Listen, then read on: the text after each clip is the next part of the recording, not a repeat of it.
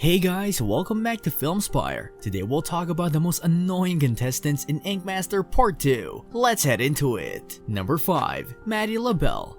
You got this.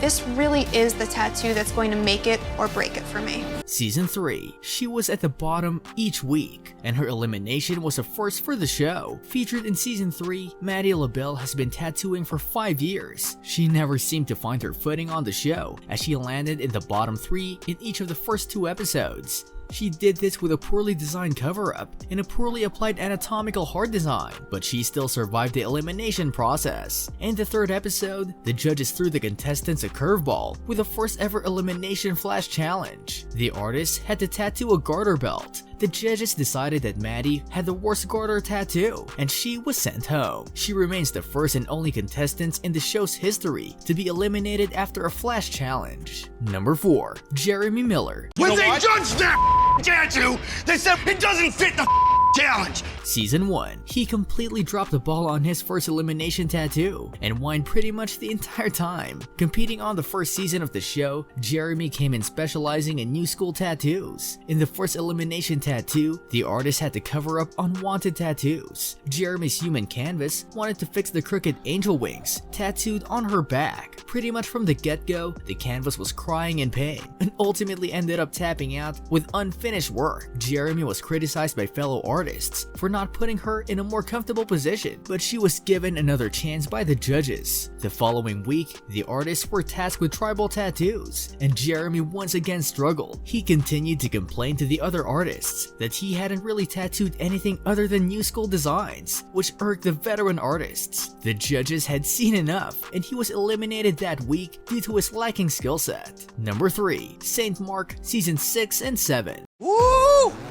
Feels like church up in this mother. Oh, look who's levitating in now, the tattoo god. The tattoo god was anything but in his first 2 appearances on the show. First appearing on the show in Season 6 with his apprentice Ryan Hadley. Mark St. Mark Aggie has been tattooing for 25 years. Early in the competition, he was looking like one of the front runners as he won the first 3 head-to-head elimination tattoos. Not long after, he began to sour on fans and his fellow artists due to his ego. He went as far to call himself the tattoo god. It also became evident that detail, color, and line work were his shortcomings, as he strayed away from using liners and just tattooed with shaders. He was eventually eliminated after a face-off tattoo in week 7. St. Mark returned to the show the following season, which featured 8 new artists battling 8 veteran artists. In his first episode as the veteran, he got to call out the style and subject matter, and he chose the 7 deadly sins using only shaders. The new artist got the last laugh, as St. Mark ended up in the bottom, and he remained a target the rest of the way. He was eliminated in week 5 after a terrible new school design, and was the first veteran artist to be sent home. He is remembered by fans of the show for being a colossal egomaniac and for writing checks with his mouth that his skills couldn't cash. Number 2. Danger Dave.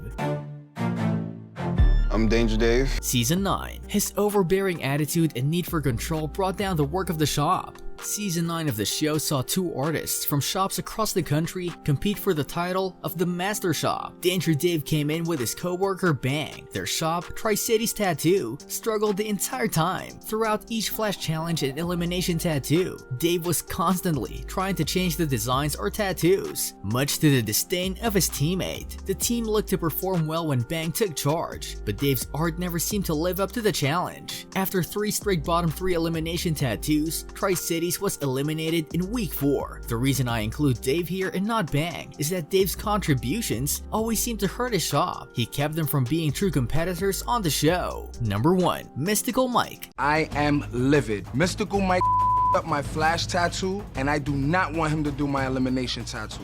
Season 3. If unwarranted confidence had a face, it would be Mystical Mike. Featured on Season 3 of the show, Mystical Mike was outmatched from the get-go. In the first flash challenge, the artists were tasked with tattooing single needle tattoos on former prison inmates. Mike was criticized for his poor design of a pocket watch. In the ensuing elimination tattoo, he had to do a cover-up tattoo on the same canvas. He achieved the cover-up, but his design of a monochromatic blue line lacked detail and strong lines. Mike proceeded to shock the judges by announcing that he only brought one tattoo machine to the competition. Despite his announcement, he managed to make it through the first week. In the second week, he had already established himself as the weakest artist in the house, and the other competitors grew annoyed with him. In the elimination tattoo, he landed in the bottom once again, with a poor tattoo of an anatomical deltoid muscle fitted in a skin rip of a G-clef music note. His poor designs and the way he alienated everyone else in the house led him to being eliminated in episode 2. Mystical Mike returned in multiple spin-offs, and he continued to display a complete lack of competence or awareness. Fans consider him to be a joke due to his poor social skills and overall arrogance. In my view, he's the worst tattoo artist in the history of Ink Master. This brings us to the end of our video. I hope you enjoyed it. Hit like if you did, and don't forget to subscribe to our channel so that you don't miss any of our videos in the future. Also watch the 2 videos that are on your screen because I'm sure you'll love them. With that, I'll see you in the next video.